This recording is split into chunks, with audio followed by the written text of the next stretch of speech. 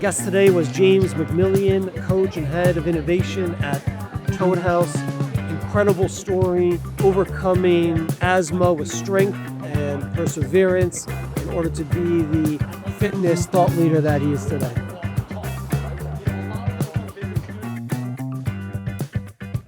James, thanks for being here. Yes, it's great. It's great. We just start so formal, but a little introduction. Yeah. I definitely want to dive into the family, but just continuing the conversation we were having with Toad House. Yeah. Would you consider yourself a fitness influencer? How do you even? What do you even consider your Well, the careers? You I know, would look at it as what they call a fit pro. Yeah. So professional fitness person. I'm Right. not professional athlete or anything, but I'm a professional with fitness. So, but I would say an influencer too, because the things I do influence people. Right. But I don't. It's such a catch-all word. Yeah. It's also like a strange word. Exactly. Right. Exactly. Right. So, But outside of, not only promoting Tone House, which I want to hear about as well, but there's also just your own work of promoting fitness and good lifestyle. Exactly. And I do a lot of things. So, Yeah. So definitely be great to touch on. So tell me a little bit about, let's start from the beginning a little bit. Growing up, I'd like to hear about the family. I want to, behind that, I want to know who you are. And so much of that comes from where you grew up and the influences. So tell me a little bit about Mount Vernon and growing up in there. So I'm James McMillian. McMillian. Let's get it right. James McMillian. I'm from Mount Vernon, New York. Mount Vernon, New York is a hometown of Denzel, Washington. So it has a lot of culture, a lot of history in terms of like artists like Heavy D, Denzel Washington, a lot of great basketball players, football players. So it's a heavy sports place, but I more so grew up on the South Side. So it was high crime. It's a downtrodden community, but it's a community that comes together. So I grew up playing sports my entire life. I was diagnosed with asthma from a young age. So what age was that? From birth. Oh, from birth. Okay. I thought it came later. No, it didn't come. It didn't come late. So I was one of those kids that was always on the machine, always masked up. But and when you were younger, were you? I'm sorry, were you a big kid, or were you sort of already physically fit at that point? So as a young kid, I started playing youth tackle league at around like 5. Okay, got it. You know what I'm saying? So you could hang with me. Yeah. So I could hang, but I always had asthma attacks. I would have asthma attacks at least 4 to 5 times a year, which would keep me in the hospital for at least 2 weeks, where I would just be sitting there, and they just give me a butyral to make sure my lungs. And it would happen more so at night. So I'd be sleeping and wake up and I can't breathe, and it feels like an elephant is on your chest. You're trying your hardest to breathe, but you get like as if I'm breathing through a straw, enough air. So you have to really calm your body down, calm your mind down. So I always told myself, and even like my parents, they would tell me like, that is not going to be an excuse for you. Right. So I was one of those kids that if it was like a Friday afternoon, you would see me running Mount Vernon. Like I just running by myself. And then at our football field, it was like a stadium and it had like stands where you can run up and down them. I would run up and down them like probably like 15 times, run laps around the track while all my friends were out playing, having fun. Just to overcome it, just to tell yourself you weren't limited by it. It was one of those things where you grow up where I'm from. If you cried, if you say you have an asthma or anything, you get joked on. Right. So I was like, I want to be able to keep up. So I was training to keep up, not to look good and all that. I was training so that if I did have an asthma attack, at least my body was strong enough to make me go that extra yard to get the first down, allow me to be able to run for a touchdown, because if I run for a touchdown, I'm out of breath. But I played both sides of the ball. So I was on offense and defense. So if I score, I had to get back out there on defense. Right. And a lot of times when I was younger, I'd be out of breath, and then I have to make a tackle, out of breath again. So but was there a moment, because you said your parents had said, don't make this an excuse. Yeah. Was there a moment when that was on your mind? You were like, oh, am I going to be able to do the things I want? So the greatest thing about my parents, especially my mom, she's so motivating. She told me a story that before I was born, the doctor said I would be born with no limbs. And if she wanted to make the decision to have me or not. That's what the doctor said to her. That's what the doctor said to her. And she said, whatever the Lord gives me, we're going to love him the same. He's going to be blessed. So just hearing that story as my start, and you see my limbs now, pretty big.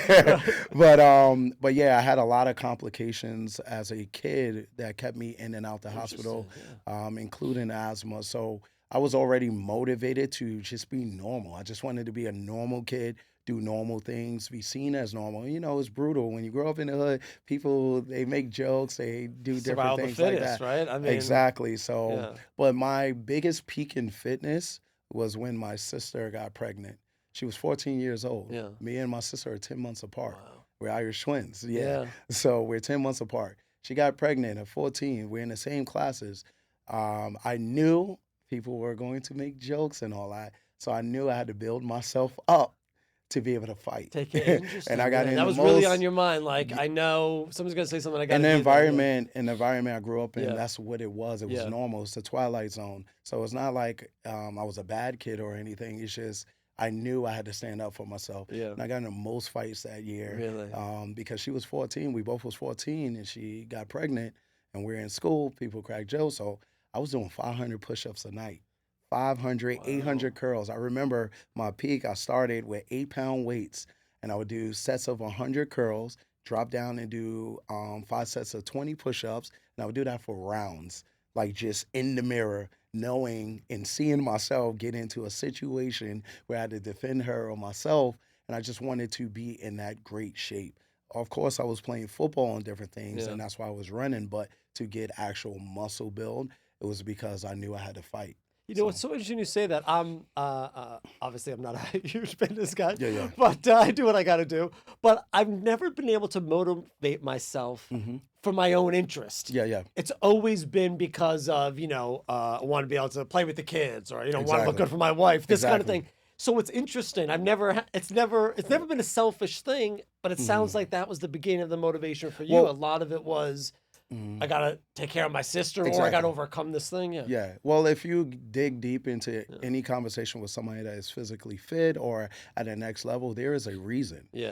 Maybe they come from nothing, and sports will make them become something, and that's all they know. Maybe they had an injury. Maybe they had health issues in their family, like where a parent passed away because they were a little overweight or different things. Everybody has a story for them to be motivated. Nobody just wakes up. Like, I don't wake up in the morning and say, I just want to work out. No, I wake up and say, like, hey, fitness has gotten me to a place where I can make sure my family is good. I can make sure I'm good. It got me to a place where it opened so many doors. Why would I let up when the younger me worked so hard, 500 push-ups a night, curls, running, and all that? I did all that work then so that I could be who I am to sit in front of you now. Yeah, absolutely. Absolutely. So, one of the things I'm always fascinated by is, and it's taken me a while to sort of appreciate how effective these things are, but just the mindset, right? So the mindset of champions that are great at something, Jordan, or, I love the show Inside the NFL, right? I just, watching these guys, the physical is one thing, but getting into the mindset to be in that world, which is also what you're talking about. So what drives you now? Is it the same thing, or now that you've sort of, you're so successful now, you're at this great place, has that changed, or are there new values? How do you keep that mindset driving you? As you get older, there's still the younger you still in you. You just kind of mask it more to the public, but the younger you is still there. Interesting. So the younger me of not wanting to be the underdog is still there. The younger me of not giving anybody an opportunity to make me feel low is still there. The person, now that I'm older and I have to remind myself I still have asthma, it's going to be harder to recover at this age. And as I'm scared of myself when I get into like 80s and all that. How is my breathing going to be? So I'm thinking about that now. Like, what can I do to make sure that I live a long, healthy life? And training is also my therapy. Yeah, I was about to say. It helped me in everything in my life. When my sister got pregnant, through asthma, through fights, through everything where I'm from.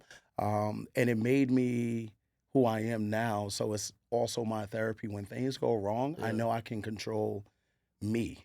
I know I can control the pain. So that means nothing outside, external, can make me feel weaker than I make myself. Yeah. Because I always challenge myself. Yeah, so. Yeah. Are there things you do, I asked this to a bunch of guests, are there things you do before maybe you start a session or you do an interview or something that grounds you? Is there something you say to yourself? Is there a practice you have that sort of brings you back to that that reason? You know, well, there's many things I say. One thing I do say before I get up is today is going to be a good day. I remind myself that no matter what, today is going to be a good day. I like to put on music, certain music that reminds me of the time when I was working out. When I first started working out, you have artists like 50 Cent just came out. He was massive. He was doing push-ups, pull-ups in his music video. So I'll play that and remind myself like how I felt when I first got started. But I always tell myself like I don't have to be perfect. And that's what has helped me in my career is people see my imperfections and they know I'm okay with it. So it's not an imperfection anymore. Like if I mess up in something I say right now and I laugh at myself, it doesn't look like I'm unprofessional. I don't know what I'm saying. It's like, no, he caught himself. You know what I'm saying? So I don't give it, I own it. I own it. I don't give anybody else a chance to then critique me. It's like, no, I know I did that. But I give myself positive affirmations all the time. And I'm like, my friends would like to say like I'm a walking analogy. I always have an analogy for something. I'm always saying something like a motivational message. And my boys call me growing up Mr. Mom. And it was always funny because I always had something motivating to say. So I'm the same person from when I was young to now. That's great. So yeah. Yeah, I think, it's funny you mentioned sort of not getting caught up in the mistakes you make. Everybody has to laugh at yourself, which I talked to my son about as well.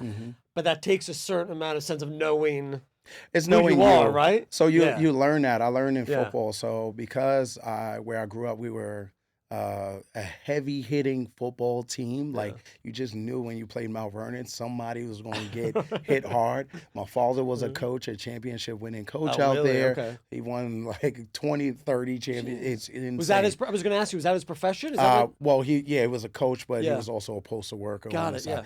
But so I learned in football that because I knew my father was watching, the coaches expected something of me. One of my downfalls was I was trying to be perfect. Right. And when I was trying to be perfect, those is when I would have my worst games. But when I was just having fun, not caring, I had my best games. I was just hitting people. I was running people over, making people miss. But when I would hesitate and think about, okay, I got to hit this hole because a coach told me I got to make sure I hit that. But if somebody's in a hole, I can hit another hole. I can hit hole number 2 instead of number 3 for a trap. You know what I'm saying? So once I started to really get into my own of being unapologetic, like, hey, I'm playing my game. Yeah. And know your reason why you're playing it. Know my reason. Yeah. So, I don't mind messing up. I don't mind making mistakes. Because we are all human. At the end of the day, we are all human. We're all experts in some forms. But if you mess up a little bit, it's okay. Yeah. And, I don't know if you have any, it's a little bit of a tangent, but my son, only because I'm just having a conversation today, introducing young kids to sports. It's become such a business in a way. And what I'm trying to encourage him to do is, just like you're saying, enjoy the sport. Yes. Embrace the errors. Like it's just all about learning. But as soon as you get that, I gotta win. At this age, it can ruin it. So I look at it like this, right? You do have to teach them that you can lose in life. You do teach them that you have to work hard to win. Yeah. You have to have a certain mentality. Like, of course, in the generation, we get more participation medals and trophies in the past. Which I'm not for. I don't mind. You step on the field, you're there to win. Exactly. You're actually there to win. But yes, let them know that you can make mistakes, but own those mistakes and do it full speed. Yeah, exactly. Don't hesitate. Exactly. Make the mistake because you made the mistake, not because you hesitated and second guess. Like what I try to teach like the youth and even like my nephew is like deal with the consequences that come with it. But I'd rather you go 100% because then you learn as you get older that things are not going to go your way. Yeah, exactly. You're going to make a mistake. Exactly. But now it's on you to figure out how to make up for that mistake. And it's great to play sports at a young age because you learn commitment. You learn how to build with people. You learn that everybody is not the same, but everybody has value when you come together. So say like football, you have your linemen, they big, they're slow, but they're big. Yeah, right. You know what I'm saying? You have your wide receiver, they're tall and they're fast. You have your quarterback, maybe slower. You have your running back fast and all that. Everybody has a position to get that one ball across the field. So you have to believe in that person. You have to motivate them. You have to know what they're doing before they even do it. Yeah. And it helps you with work and life. So even like the best fitness trainers in this industry are former athletes because they understand what everybody in the room is going through, as well as they understand everybody has a purpose on the team. Yeah. But if they didn't play sports, they're just thinking about them and they're not really seeing what that person may be going through or the potential that person may have. Because there's like a saying, and don't quote me, but we're even just pushing people. They say you have like up to 60% more that your body can do, but your mind shuts you down I can believe that. before you get there. And the top athletes know how to put themselves into that zone to give that extra burst for a marathon, extra burst to score a touchdown, extra burst in the swim or whatever they're doing. But it takes that mentality, that mindset of, it's like a tunnel vision, a peace that this is going to be hard no matter what. Yeah. And I always tell my nephew, if you're running at somebody, right, and you got to make that tackle, whether you let up, it's going to feel the same. You might as well get a win. Might as well, Why hesitate? Yeah. He's going to run into you. Why hesitate? Get the win. Just make the tackle. Yeah. Don't hesitate. Don't be scared. Whatever happens is going to happen. More times than none, you're going to make the tackle. Yeah. So you got to look at it like that. Yeah. I heard somebody say you have to be comfortable with being uncomfortable. Always. And the sooner you embrace that, so the easier things will be. And I tell my clients that all the time.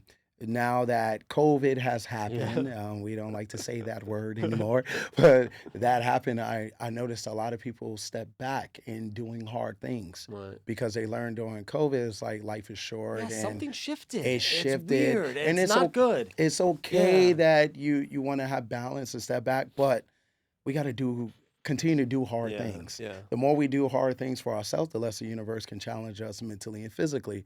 So what I tell people, I train in only my weak points. I do not train in my strong points. I like to make sure that I make my body strong enough, my stabilizers, different things, strong enough to support my primary muscles and all that. So you get people who just train the same thing in their strong points, but I like to make my body weak as it can be so I can build it up stronger. Yeah. But if I just only focus on the things I'm good at, I won't continue. I'll hit a plateau. I'll be good at this, and I won't be able to get to the next level. Now, when you work on your weak points, you just keep rising. Yeah. And then you get to that strong point, you rise. So that's great. It's okay to challenge yourself. It's not punishment to work hard. Yeah. Are you the people you train and work with, are they, what's the mix? Are they a lot of athletes? Are they just sort of your average Joe? It's everything. Olympic athletes to A-Rod to I was just training with Tyreek Hill, to a mother of two, to a grandparent, to ultra marathon runner, to everything. It's like people, we live in a melting pot in New York City. And people love to train, so they come in and out the doors. And then my private clients, say a Jack Harlow who's going on stage and wants to look fit and be able to breathe and talk while they're doing a full hour-long show, just preparing them. So it's a range of people, and I'm more so focused on sports-based training. I like a 360 approach to fitness where I can run fast, I can jump high, I can lift heavy, squat heavy, and still be able to dance and move and have rhythm. Functional kind of stuff. Yes, I'm not into the more so bodybuilding, which is a great, and they know everything. They know the science about it, but I like to be able to move and have longevity in my training and still look good. So. Well, I mean, that's a big movement now. It's just that sort of functional. Like I go back and forth, but what I'm into now is kettlebells, and I always come back to that because I just find them so efficient for daily moving and getting pretty much a full body workout in a schedule that I can handle. But just, it used to be I'd like to get bigger, but it's more just like, let's get functional and healthy. And I was having a conversation recently with a friend because they're starting their training journey again. They're doing like 75 hard for like the 5th time. Okay. And I told them, I was like, okay, you keep giving yourself a time, a schedule. You keep saying days. It's like going to work, right? You go to work every day. The one moment you could take vacation, you go to vacation, you're like, oh, I love this. I don't feel like going back to work. So when you do those little competitions like 75 hard, once you get to the 75th day, you're like, oh, I need to enjoy myself. And a lot of times people spiral because they didn't just make it a lifestyle. They made it like a goal to get to this certain thing. And then once you get on vacation from that job, they made it a job. Now they spiral and they become even bigger than what they were. So I would tell people, I don't step on the scale. I want to know how many miles I can run. How am I breathing? How many push-ups can I do? How many pull-ups can I do? With lifting weights, how many reps can I do more so than how heavy I can lift? And no matter what, if you think like that, your body will shape and transform into that figure that can do those things. But if you say, okay, I want to be 200 pounds, once you get to that weight, you're going to stop. You're going to be like, I'm there. You do 75 hard. And somebody on the 78th day, they say, let's go work out. I just did 75 days of working out. I'm going to take a break. Make it a lifestyle choice. So it's like my everyday. I got to move at least 10 to 15 minutes a day. I mean, it's so impressive. Again, people like you can have that mindset with that. I heard there was a great quote that said, discipline is not a long process; it's a way of life. It's a way of life, and to be able to have that DNA. I think there's a DNA thing where you seem to be. I mean, not only physically DNA, but also mentally, and maybe the way your parents brought you up. You seem to just have that ability to stay disciplined. And that mindset. You learn having asthma that your body is a machine. Like my body is a machine. And now with machines, say you have your iPhone, you got to update your iPhone. You got to get your oil changed in your car.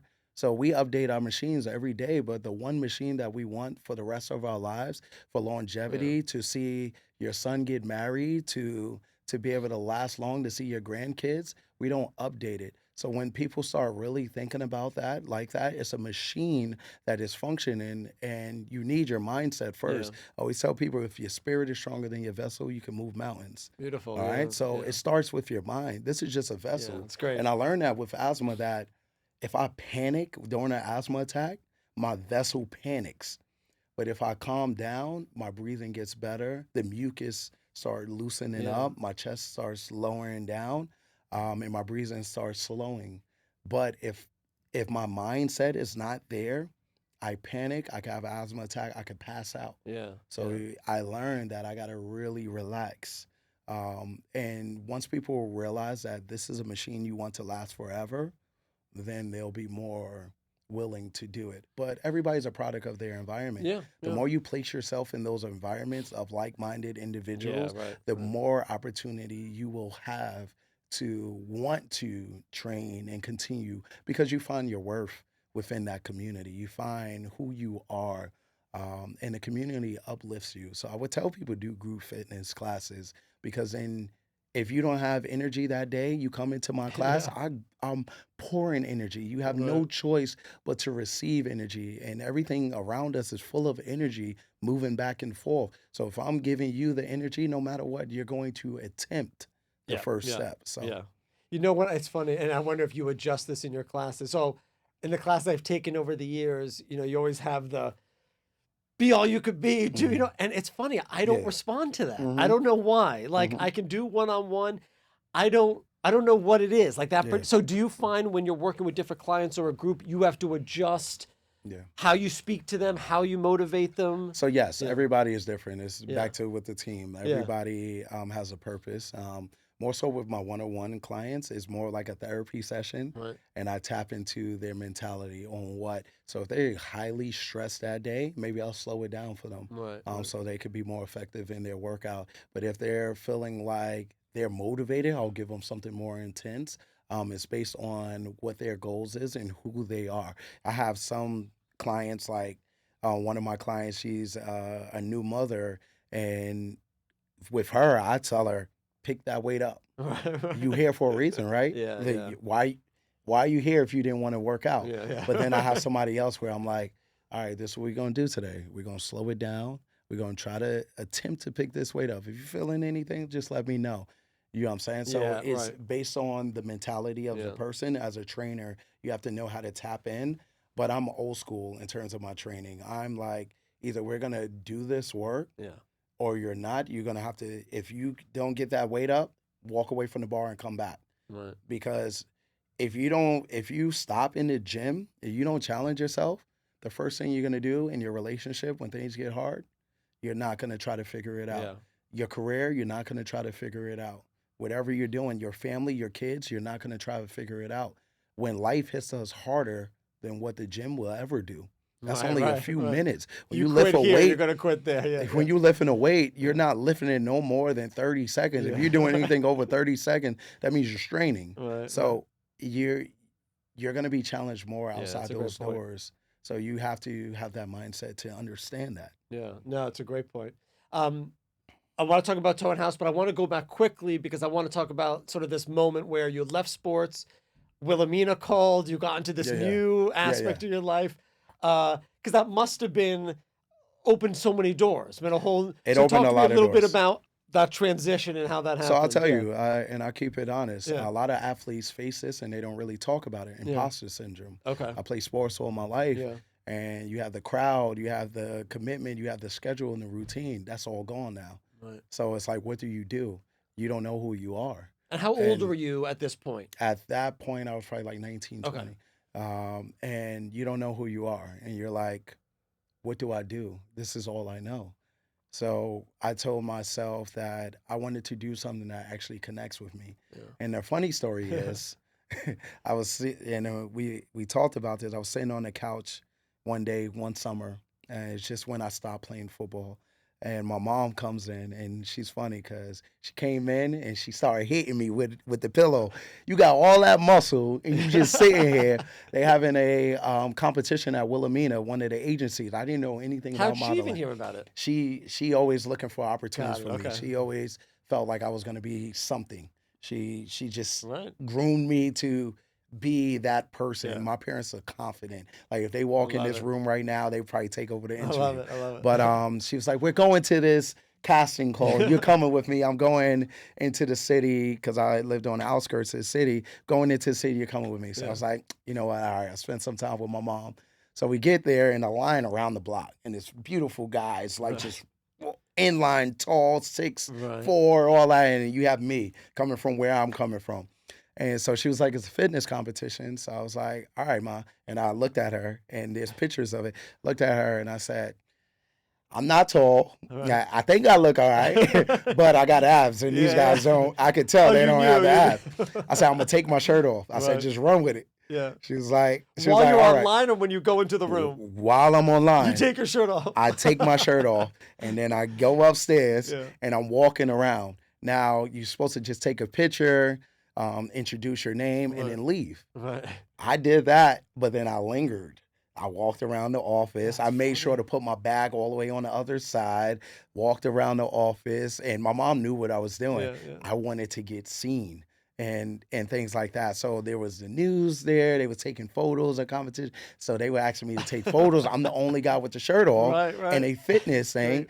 And then, of course, other guys started to catch on. They started to like try to take their shirt off, but they didn't have abs like me. So then we took pictures out in the street. And then the agent at the time, he came to me and said, here's my card. Come talk to me whenever you're ready. From Wilhelmina? From Wilhelmina. Okay, got it. So then I left the competition. You hadn't seen anybody yet? Like you hadn't been officially seen yet? No. Got it. So then the competition happened. I come in like 4th place out of all the guys. And the reason why I came in 4th, and I like to say, because you needed votes at a certain point, and these guys were already known in the industry. I'm just coming from college. So then I got broke in college. So I was still in college. I got broke in college, and I was like, how can I make some money right now? I'm doing work study, I'm doing this and all that. And I was supposed to not be able to go to college because I couldn't pay for it. So I'm like, how can I make money? So then I found the card in my wallet and I called him and he was like, oh yeah, come see me. So then I went to the office and I remember it clearly. He looked at me, he said, well, you're short and you got a lot of muscle. And I'm thinking he's about to say, no, you can't. He was like, but you have personality and I like your look. So we want to sign you. So I got signed. So I was in every single magazine you can think of, every top fitness magazine I've been in multiple times. I've been on billboards in Times Square. I've danced with Madonna. Like, how did that happen? Yeah, that was random because I used to dance with my sister and different things, and they had a casting call and they wanted fit bodies, and I told my agent I can dance. And then she hand selected. We had elimination rounds, so it was like a good 90 guys, and she kept eliminating them in another group, and I ended up being the last 4. And where'd you learn to dance? I just growing up, my family loves to dance, and then me and my sister always dance in different type of little competitions or different things. But she hand selected us, and then I got to spend time with her for 2 weeks on set and different things. So that was cool, and it was one of those things where it was a confidence moment. Like she was sitting where you're sitting, and I was on stage, and I remember it clearly where I think the reason why I got it was there was a move in the end where you hit a poles, and we were supposed to act like bulls. So everybody went down into a bull stance, and I'm like, I keep seeing them going down, so I need to stand out. So the last elimination round, everybody went down and I stood up and hit the pole strong. So while everybody down, I'm standing straight up. I'm the only one with a strong stand, and I'm looking her right in the eye. And her assistant was like, "You're a dancer, right?" I was like, "Yeah, I'm a professional dancer." So then I got booked for that. But I've done so many things with modeling, and it just opened so many doors for me. That's great. Yeah, and at the time I was in film as well. So. Yeah. Oh yeah. So the film was before. Well, at the time you were in film because you wanted to be a filmmaker. Yes, I wanted to edit music videos. Got it. Okay. And were you going to school for that? I went to school for that. So I have a TV production degree and a broadcast journalism degree. Okay. And I wanted to make music videos because I always watched music videos before I went to school. And so I started working at BET. I was an intern at first, worked at BET, and then I was like one of the best interns, and they ended up giving me a job. And I worked under an amazing director named Trinket Lewis. And she gave me the best advice I've ever heard, and I still say it till this day: potential gets you fired. Potential should get you in the door, but after that, you have to have more than potential. So every job I do, every task I do, I say to myself, potential gets you fired, so that I know that I have to have more once I'm in that door. And so I was working at BET doing the on-air promos, interviewing the people who went on 106 in Park, the backstage. So people like Beyonce, people like Jada Pinkett Smith, I got a chance to talk with them and ask them, what's in your iPod? So, so that was a fun time. And then I transitioned into Nickelodeon, working on the on-air promos for Nickelodeon, working with projects. How'd that transition happen? I mean, why Nickelodeon? Same production company? Well, it's all under Viacom. Oh, under Viacom. It's under Viacom, and I always love cartoons. Till this day, I still watch cartoons, I loved SpongeBob and Teenage Mutant Ninja Turtles. Of course. And those were my main properties that I worked on with my team was SpongeBob, Teenage Mutant Ninja Turtle, Alvin and the Chipmunks. So it was cool doing that. So yeah, my big behind is sitting at a desk, like writing scripts and editing videos and different things like that. So that was fun, but that was always my passion to be creative. I was always a creative kid and I was a creative adult. So did that show itself early on? Did you get an opportunity while you were growing up to show that creative side? Well, yeah, I've always had an insane imagination. Like my mom always used to say, like she would put me on punishment and I'll be in my room playing with a string. You'll see me with one piece of string with my fingers acting like my fingers is an action figure. I used to build castles with like blankets and different things and make it like it's my castle and world. I like to read like books, and the Harry Potter books used to take me, and the Goosebumps books used to take me into a different world. So I was always a creative person and always one of those kids that was just like doing the most around. So I always wanted to get into it. But what got me into film was I was like a popular guy in my high school, walking around the hallways instead of being in class. I remember one teacher, Mr. Costello. He seen me in the hallway one day. He was Yeah. making noise. He said, either you come into my classroom or I'm gonna get you suspended. Well, So I went in his classroom, of course, yeah. and I sat down, and it happened to be the film class, right? Oh. And so I'm like, oh, wait, I can make my highlight film here. You can show me how to Yeah, make yeah. music videos and all that. So I ended up switching my classes to his, and I ended up winning my school a studio. Yeah, based on the productions that I did. You were part of a competition or project, Yes, and a the school got a project, studio and because of it. a school got a studio because of it. My picture probably still up in the Oh, school. wow. Me and my friend, so we won a studio, and that's what really sparked it. So I started making all my friends highlight videos for football, Wow. and started making little music videos and different things. So I started becoming more creative in That's that world. unbelievable. Yeah, so it was fun. It was I fun. feel like every beat of your life has like Yeah, a yeah. very concrete moment Oh, it is a moment. and story It's a that is moment. that's so It's a interesting. moment Yeah. for everything Yeah. that I did. Even like BET, like I was an intern, and after your internships, they're done. So, and it was unpaid at the time. These kids are getting paid Yeah, internships yeah, now. yeah. So there was a moment in my internships I had to cut it short. I was like, I cannot afford to even take the subway. I was broke. Yeah, Right. and I could tell you the story about being broke and the things I had to do after this part. But I told my director one day, I said, I can't work here no more. I can't afford to come into Manhattan Yeah. anymore. And this is my last day. But I was like, I feel like I'm a great person on your team. And I think I'm a force on your team. I do the edits, I do the interviews. I'm not just an intern Right. and all that. And she was like, oh, well, we appreciate having you. And I thought it was over. Then I Yeah. got a call the next day. We want to hire you. Oh, wow. So Wow. then I came in and I hit the ground running. And every intern group after that, I spoke with, you know what I'm saying, to present. Even say for Syracuse, when I said I got broke, the school was going to kick me out because I couldn't pay the bills. And I remember going to the financial advisor, and this is an amazing story. Going to a financial advisor, and she not being able to give me any answers. But when I would Google a certain thing, she would go into another room and ask her director. Yeah. But the room was in another door and says authorized users only, Right. right? So then it's my last week, and they're like, you can't come here no more. Yeah. So I'm like, all right. I went to that authorized only, and I noticed another office, and I knock and I say, and I remember a young lady named Kay DeVesti. She was amazing.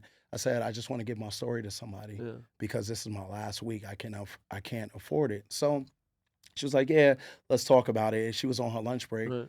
And then she was like, well, the director is in the next office. I don't know what she can do for you, but Well, she's nice She's the and she person could to talk. ask. Yeah. So the lady comes in Yeah. and she was like, oh, Kate, this is a young man I was telling you about. So flashback, Yeah.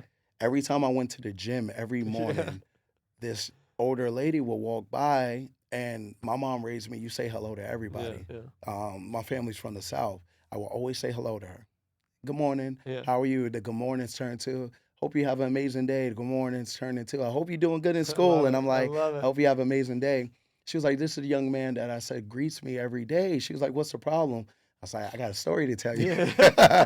So I sat down with her. Yeah. She ended up helping me get the financial aid package. Yeah. When donors came, I would give them a tour, and I would get paid based on that. She gave me the work study, gave me the meal plan, and I was able to go to school again. Wow. So Wow. then every Friday, I would bring them Dunkin' Donuts, so that my appreciation, because that's all I could Yeah. afford. Yeah. But it was one of those moments where it's like, you never know who can help you. I didn't know the Yeah. lady from anywhere. I just knew she walked past. I went to the gym at the same time, and I always said hello to her. And that's like how my life has always Mm. been, where I've taken a situation that was kind of bad for me, and I turned it into something even Yeah. better. Yeah. So Yeah. yeah. You know what keeps coming to mind in your story is the phrase, the more I practice, the Mm-hmm. luckier I get. Mm-hmm. And the only reason I think that with everything you're saying is, and not to say it's luck, your ability to sort of meet each moment fully, Yeah, yeah. and then things break your way. So you could say, oh, look, a lot of cool things got lucky, but it's not. It's because you're meeting it fully with sort of a really great sort of creative spontaneity, whether it's taking your shirt off or, or going to the guy's classroom, like each moment, instead of backing off of life, embracing whatever the situation is. But I think what you tend to find is if you do that, the thing opens up, the door opens. Well, if you look at the biggest entrepreneurs, you look at the greatest sports people in history, the greatest just people in life, they come from a hard situation, and that builds their confidence. All these moments is where I had confidence in saying hello to somebody I didn't know, telling my boss that, hey, I am a force. And it comes from where I started. And I gave this story on like my Instagram because I'm an influencer. Nothing can make me feel not confident like a moment I had. So when I was younger, I used to collect bottles and cans and put them in the machine at Stop and Shop, right? So imagine me, 3 big bags, I'm young, walking like a mile to get it to Stop and Shop. And then I'm putting it in the cans. And I'm looking, there's people walking in the store, grocery store, and I got the soda dripping all over me. I'm in my dirty sweatpants. And then my crush come walking in from high school, just walks in and looks at me. And I look at her, and I still put the cans in. And then she comes back out and still sees me there putting the cans in. 5 cents, just getting 5-cent cans. And I remember saying in my head, I'm going to get you one day. You said that to her? No, I said it in my head. Okay. So I'm gonna get you one day. Like, you may see me doing this, but there is nothing that can break me more so than putting nickel cans in while seeing people just live their life and shop. And that's why everything in my life is like I'm confident about, because there's nothing worse than that. I was broke, but I try to make a way and I try to pave a way. So like when people see me hosting big events on stage somewhere, on the news or modeling, and they're like, how are you so confident? Life made me this way. I had to be confident. My sister got pregnant young. I had to be able to stand up and fight. I had to buy sneakers and stuff to look cool and all. I had to put cans in a machine. I had asthma. I always was the underdog because of life, but I had to make sure nobody seen that. Like, I wanted to be fast. I wanted to be strong. So there's nothing that can break me. You know what I'm saying? And then you have mentors that says potential gets you fired. It's like, no, I'm not going to have potential. I need more. But sometimes that also intimidates people, because you show them the insecurity within them because they question why I don't have that. But it's like, I only have it because my life is actually hard. It's not because you've had to battle. Life is not easy, and that's why I have it. So that's why some of the best, when they actually tell you their story, you're like, wow, you came from that. It's not luck. It's because I've seen it all, and I've seen some. Even if I go even deeper into my life, having friends shot and killed. I was going to ask you about the people you grew up with.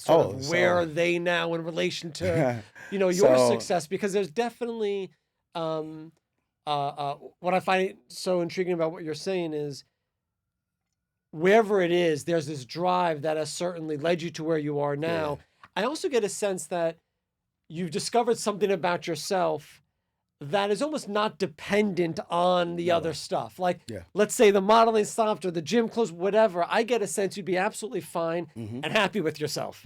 And then you go on to do the next thing, but that's not really where you draw your confidence from. Exactly. So, again, I grew up in a certain community, and I always felt I was different. And everybody knew I was different. I just felt it. A lot of the people I grew up around, they were tough guys. They're actually tough guys, but mentally off. I call Mount Vernon a twilight zone. I've had friends shot and killed. I have friends locked up. Some of my closest friends are locked up right now. And I used to not tell these stories until I got my career to a certain level, because people judge you based on what you say. When you see a lot of podcasts and things, people say things and now it messes with other business. But I'm at a place where I'm like, this is who I am. I never viewed myself as a tough guy, but I view myself as a fighter. I wasn't like, my family, my cousins, all that, my pops, they're tough guys. You know what I'm saying? But I never wanted to be that guy that was tough out there in the streets, but I wanted to survive that. Yeah, It's yeah. like a game of chess. Where you have to know when to act tough, when to maneuver, when to walk down this block and all that. There's been plenty of times where I'm standing there and people are shooting. There's been plenty of times where I'm walking down the block and I see a friend laying there dead who was just shot right after school. There's times where I'm connecting one of my close friends to a girl. We leave. I go down this block. They go down that block. You hear gunshots, and I say, I'm going to their funeral. So there's moments like that when people hear it, it sounds like a movie, a TV show, but it was reality where me and my friends was joking that we used to be in parties and somebody would shoot, we would run, and we laugh about it. But that was our reality. But to somebody else, they hear that, they're crying. So they don't know how to process it. They don't know how to process, but it was like trauma and a twilight zone, and people don't understand that trauma stays with you. And it makes you, keep you on edge and keep you in a place where you don't want to go back to that. So I'm always working because I know how that feels, that sound, that walking up to a friend's casket and seeing them and seeing where the bullet entered and different things like that. And knowing I'm not a tough guy, but I got to survive this environment. So you learn how to maneuver, learn how to talk to people a certain way so they don't view you as a threat, learn how to kind of stand on your toes to make sure you get out of that environment. So I look at it like it's a superpower because I know how to move in both worlds. I know how to move in this bad environment, but I also know how to move in the corporate world.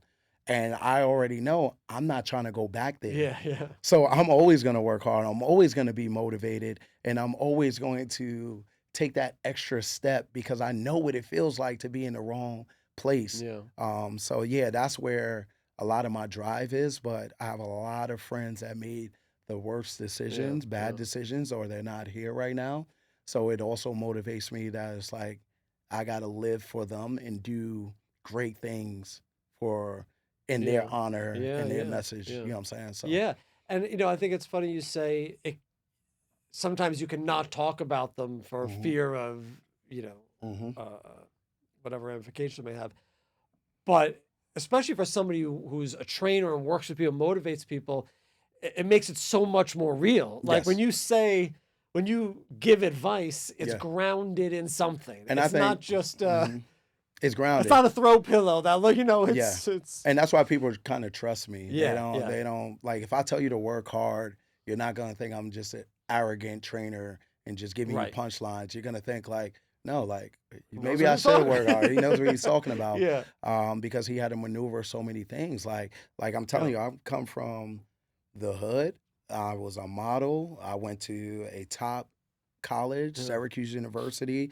I was in the top film companies. I'm a top trainer. I'm a host. I'm an entrepreneur. I'm so many different things. And they say jack of all trade, master of none. But then they don't ever finish what the true quote is like, but oftentimes better than master of one. Right, interesting, So it's good to be a jack of all trades, to be able to put your hands in different things. And I like to learn every system and so many things so that I can be a well-rounded individual. So like right now we're on a podcast. If I'm doing the podcast, I want to know what the cameraman can do. I want to know what the audio guy can do to make sure the podcast is great. Cool, But that's how I look at it in life. It's like you don't have to just be great at one thing. You could be great at many things, but they can all connect. Modeling, fitness modeling, trainer, a host for events, a news contributor for fitness, all these things, former athlete, all these things come together and they relate, but I live one life. I live one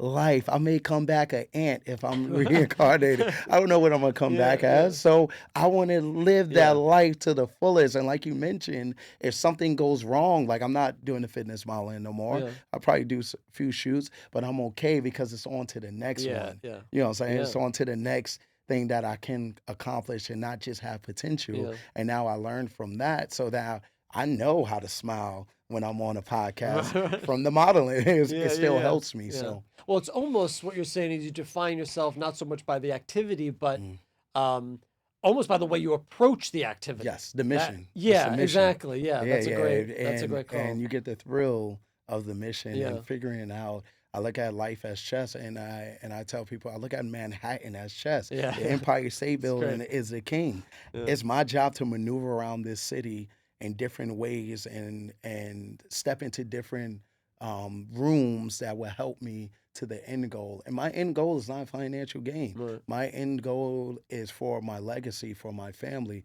And that's what my grandfather instilled in me. He was like one of the greatest men I ever met. Yeah. And he instilled all those things in me. So what I'm doing right now is a bridge for my family. And it's a burden, but somebody in the family has to be that bridge and has to take that sacrifice. Right. And I know I'm that sacrifice, so I'm willing to work. So everybody under me, my nephew, my future kids, they're starting where I'm ending at. Yeah, exactly. They're building off of where I'm ending at, and that's a great place. And that's going to just be the norm in the family, and that's what I want. So I'm okay with that, and that keeps me motivated when I wake up. I'm like, all right, I got to do this for my family. I got to make sure, and it's not for me anymore. Yeah. Well, that's what I'm saying. That's the only thing that seems to motivate me. It becomes, if it's only for me, it's short-lived. Yes. Somehow, exactly. Yes. Tell me a little about Tone House. So now you made this move. How did it start? What's the philosophy behind it? Just tell me about getting into that a little bit. Yeah. So Tone House is amazing. I'm Alonzo, the founder of Tone House. I met him actually at a Men's Health launch party. Okay. So we met there, and he was the only one that said something to me. All the other models, stone face. I was just became a model. And we became cool ever since then. He was like, I'm opening up a gym. What was his background? He was a former football player and a trainer, celebrity trainer, and different things.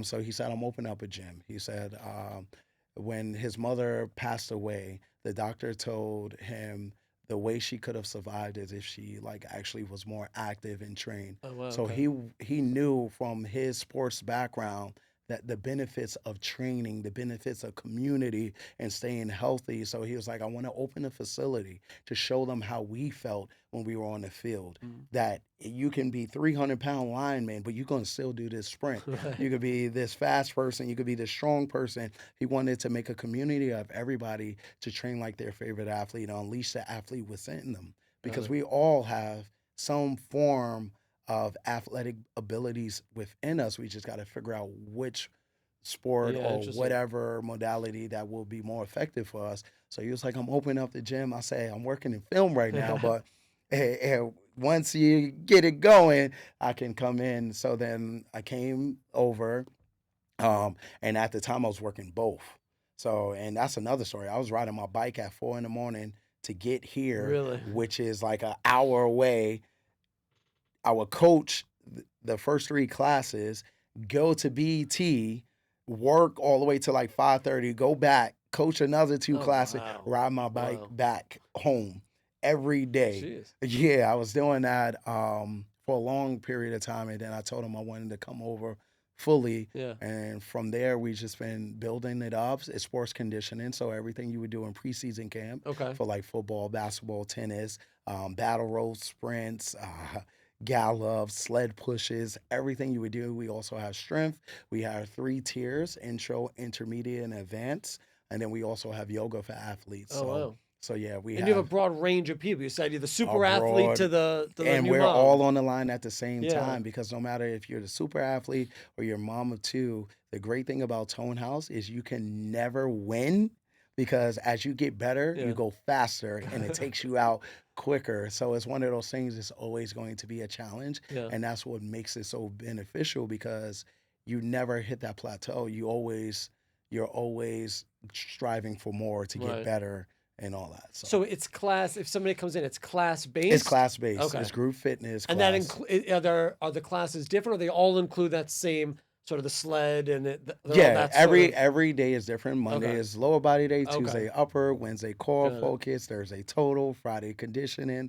So it's different, and every program is different. You're never going to do the same programming. Right. Okay. And the strength classes is 3 main lifts. So we like to bring it back to football. Now we're in the age of social media. And when you look on social media, you scroll, you see a million workouts, right? Now, if you do each workout that you scroll and see, you will never get any benefits. Now you got to stick to the 3 main lifts and build on that. Maybe you slow it down, add some tempo, maybe you pause, maybe you add more of a burst or different things like that, higher reps, lower weight, things like that. But you should stick to the foundation, the 3 main lifts, and that's what we focus on. How many of these things you scroll and you're like, that's not yeah, right. all It's day dangerous long. sometimes, right? It's Because so people just dangerous put anything out there. because you don't have people who are actually credible. They didn't do the schooling, they didn't do the certs, but because they're in great shape genetically, or they just put in the work themselves, that doesn't mean it's going to work for everybody. And that's where it makes it a little bit toxic. And now people have more access, so they think that will help them, but you got to realize these people got to post every day. So they're going to make up things. So one day they're going to post this workout. 2 months later, they're going to say something about that similar workout that this is why this is not good for you. And then they're going to go back to another because they have to continuously post.